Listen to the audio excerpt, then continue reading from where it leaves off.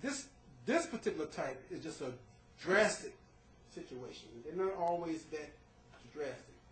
But you'd be surprised the number of parents who will tell the child things that are so damaging about the other parent. Even to the point where the other parent feels, why am I trying to defend myself? Why don't I just go away? But what happens to the child? I just believe that it's so important for kids to have a relationship, not just with a mom, but also with the father.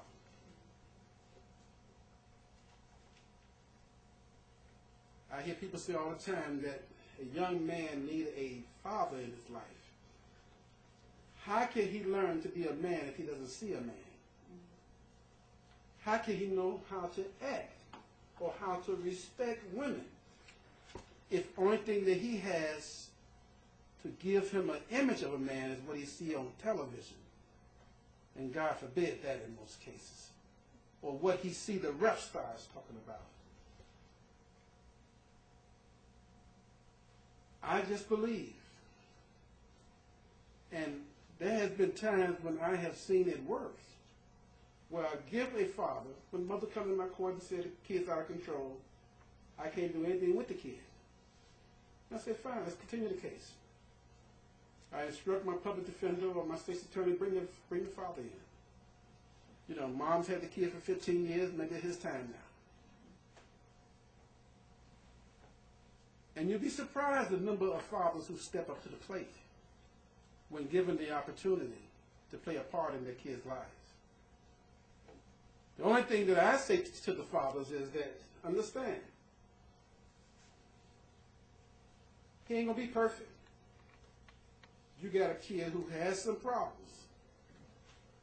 But the only thing I say to you is that I'm giving you temporary custody of the kid. Just like I gave him to you, if things don't work out, bring him back to me. Don't put him out in the middle of the night, which I've seen some parents do. Kids need to know that it's okay to have a good relationship with both parents. And sometimes the alienation has gotten so great that it even continues after the death of a parent. Had a young lady in my court from Flossmoor who was living with her aunt.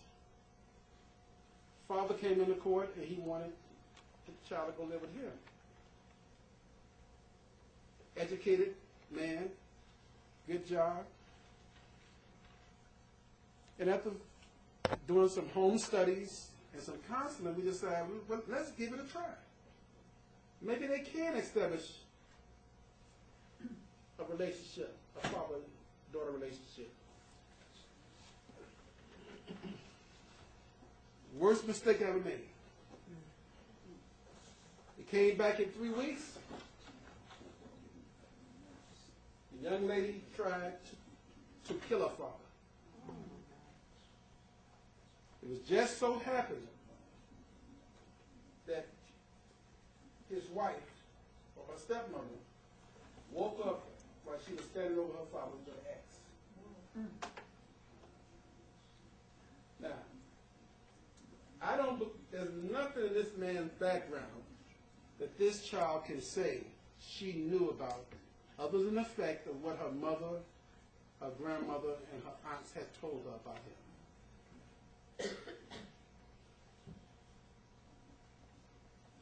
We have to be careful the type of spirit that we preach into our kids, because it can manifest itself in some horrible ways. So in terms of parental alienation, yes, it exists, especially in the juvenile court. I'm convinced that if there were more fathers involved in the lives of these kids, they wouldn't be before me. And you could really see it with the young ladies. Do a young boy need a father in his life? I think a young girl needs a father even more. A lot of the young ladies who appear before me have been abused sexually, have been used for prostitution, and all kind of activity, solely because they seek love. One of the things that I'm convinced of is that if a young lady have a meaningful relationship with her father, doesn't matter if he is married to the mother, doesn't matter if he lives in a home, if they have a meaningful relationship, if nothing else, when she decides to choose a man-woman relationship, she has some idea of what to look for. She have experienced what a man or a father should be like. And most young ladies, I would think, if they have a good father relationship, would look for a man who resembles their father in his ways. So it's not just important for our young men, but it's also important for our young ladies.